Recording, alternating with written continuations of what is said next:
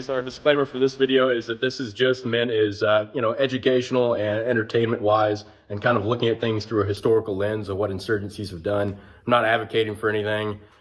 It's not meant to incite anyone to anything. It's just entertaining information that I like to put out. How's it going, everybody? Today we're going to be talking about the organization of the urban guerrilla force.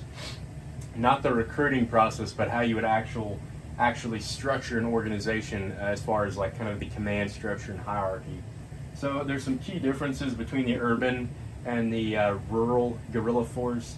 That rural guerrilla element is going to be more of your stereotypical guerrilla force, right? You can get away in a rural environment with like a 30 to 40 man element.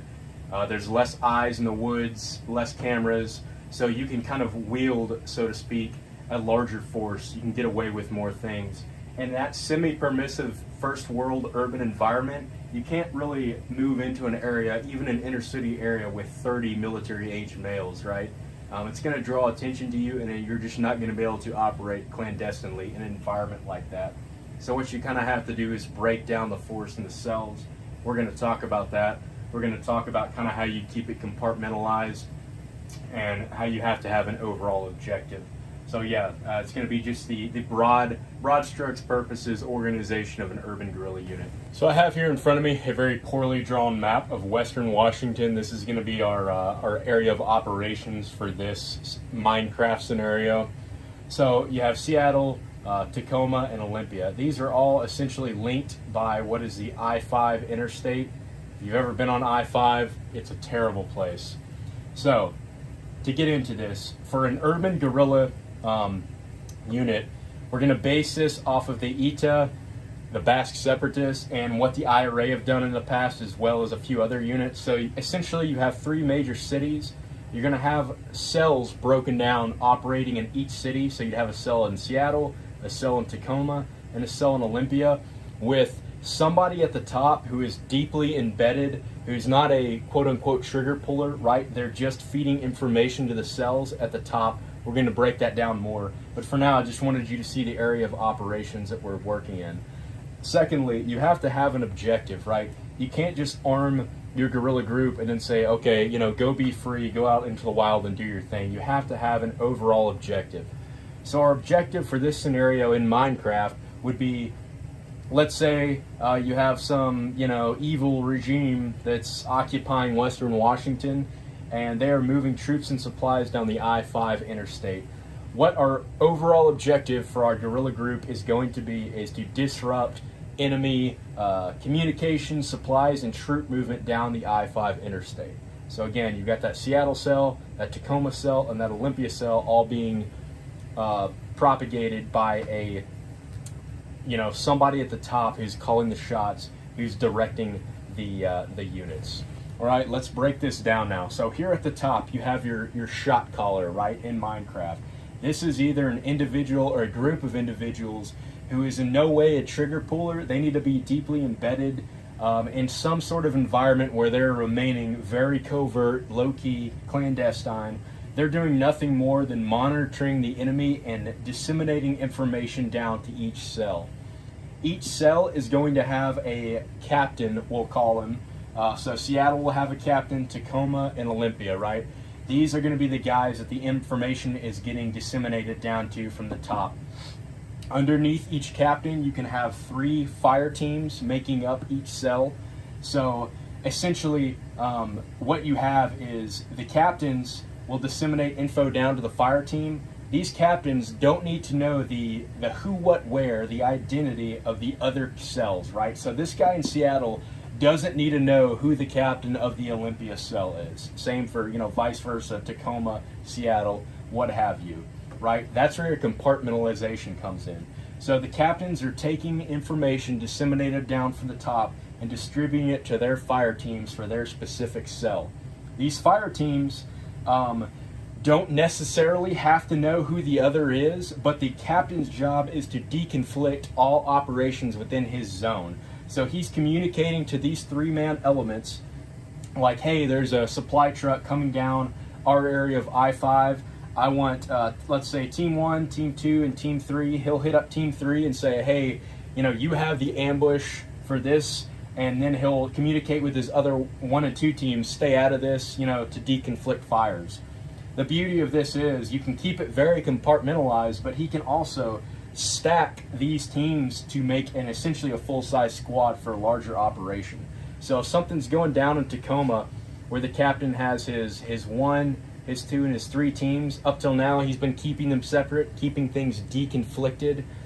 Now what he can do is stack his element where he's essentially breaking down the 3 teams and combining them into one 9-man squad. He can still utilize this squad, wield it, deconflict, do what he has to do to accomplish the objective of disrupting enemy operations on I-5. But again, the captains do not need to know the identity of each other. They just need to know that this is their area of operations, and they need to keep track of their guys, that they stay in their zone of operations, right? If the guys at the bottom get rolled up, right? So let's say these guys on Team 1 in Olympia go out on an objective. Something goes bad. One of them gets, unalived in Minecraft, and the other 2 get captured.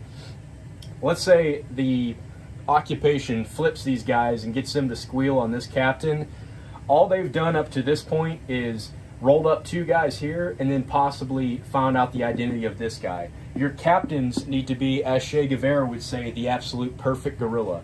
These are the guys that need to be the, late 20s, early 30s, military experience, ideally.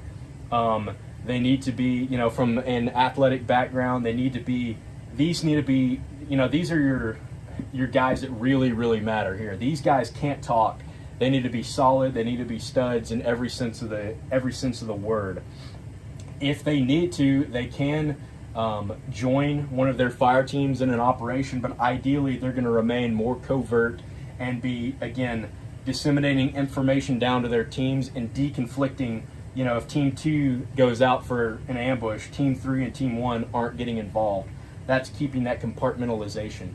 So again, let's say Team 1 gets rolled up, the occupying force gets them to rat on the captain. The captain gets caught, he's not talking. So you still have, now Olympia, this team and this captain is out of the picture. Well, guess what? Because the captains have been doing their job and disseminating information, these 2 fire teams can still operate autonomously in Olympia.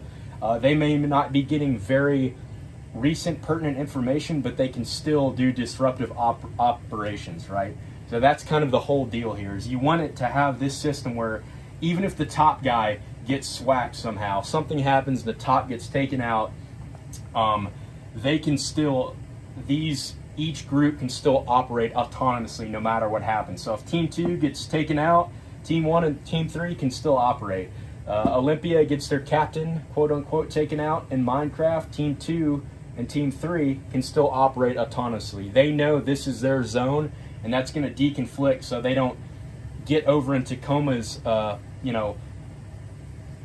area of operations and disrupt what they're doing when ambushes are concerned. So again, it's all about keeping compartmentalization. All right, for sustainment of each team, guys, sustainment for the guerrilla and the urban guerrilla especially doesn't mean that you have a rucksack that you crammed 15 MREs in, 6 liters of water, and 35 magazines, right? That doesn't, 4 or 5 days of sustainment is essentially irrelevant in the long run, right? These guys have to be able to sustain themselves in the long run. And what that looks like is each fire team in a cell like this essentially has their own support network, right? So Team 2 in Tacoma, they're going to continue to work their 9 to 5 jobs if that's still applicable. They're going to be, relying on the local populace for food, water, information, right? They may be utilizing guides. That's where you may come into this. You may not be an actual trigger puller for whatever reason, but maybe, Team 1 in Olympia in Minecraft is working in your area. They've contacted you, and you can still be a guide for them, a scout, and feed them information, right? And that's where that autonomy really comes in, is sustainment in the long run is subsisting off of your local environment. In an urban setting like this, in a semi-permissive environment, that sustainment is going to look like a continuation of jobs, of relying on family, friends, resources like that, and being able to still achieve the objective. That goes, from the bottom to the top, right? So again, that sustainment doesn't mean you're just filling up a bag with food. You have to be able to have that long-term solution there. All right, so in closing, just to wrap everything up, you're going to have your shot callers at the top here, either a group or an individual, disseminating information down to your captains for each cell.